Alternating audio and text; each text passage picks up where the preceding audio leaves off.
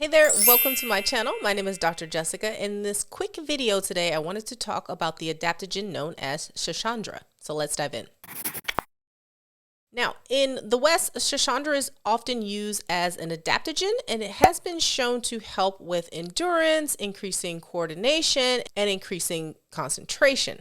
Now, traditionally, in traditional Chinese herbal medicine, Schisandra is not really a qi tonic. It actually is used in the category that we call to stabilize and bind, meaning it's actually very astringent and it helps prevent fluid loss. But in traditional Chinese medicine, you do often see it in formulas for insomnia or for kind of disturbances of the mind. Now, given its constituents, Schisandra actually has quite a few antioxidant effects and is often used in a way that promotes anti-aging. Now, this is because some of the constituents inside of Schisandra have been shown to be protective against oxidative or aging effects of mitochondria. So this is where Schisandra gets this kind of anti-aging or antioxidant type effects or reputation. As with many other adaptogens, it has also been shown to be anti-inflammatory as well as antiviral as well. Again, as a adaptogen, it has been shown in some studies to have a anti-fatigue or kind of promote you feeling more energetic,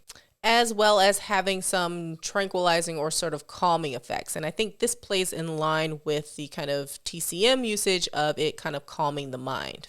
One really interesting thing about Schisandra is that it actually has hepatoprotective or sort of a liver protective effects.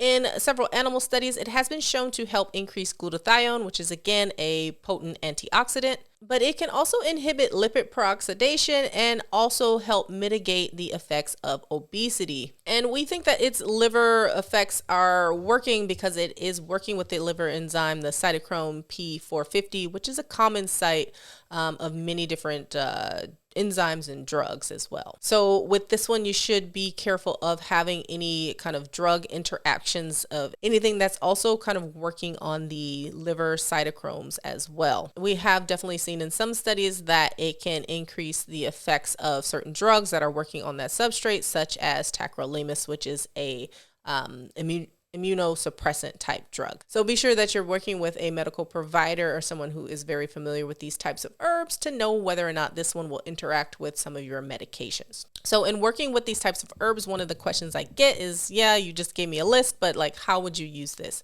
So again, I have to say, make sure you talk with your medical provider first. But an example in how I use this herb is I often use this one with menopausal or premenopausal women who are also having hot flashes at night and having a lot of insomnia due to the hot flashes.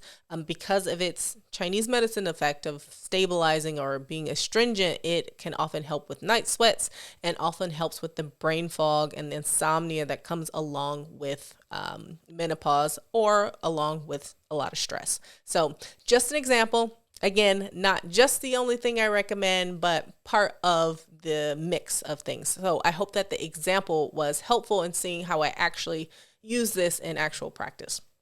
So if you have any questions, be sure to leave them in the comments below.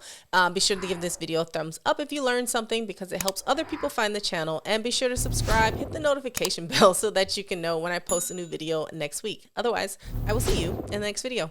Bye.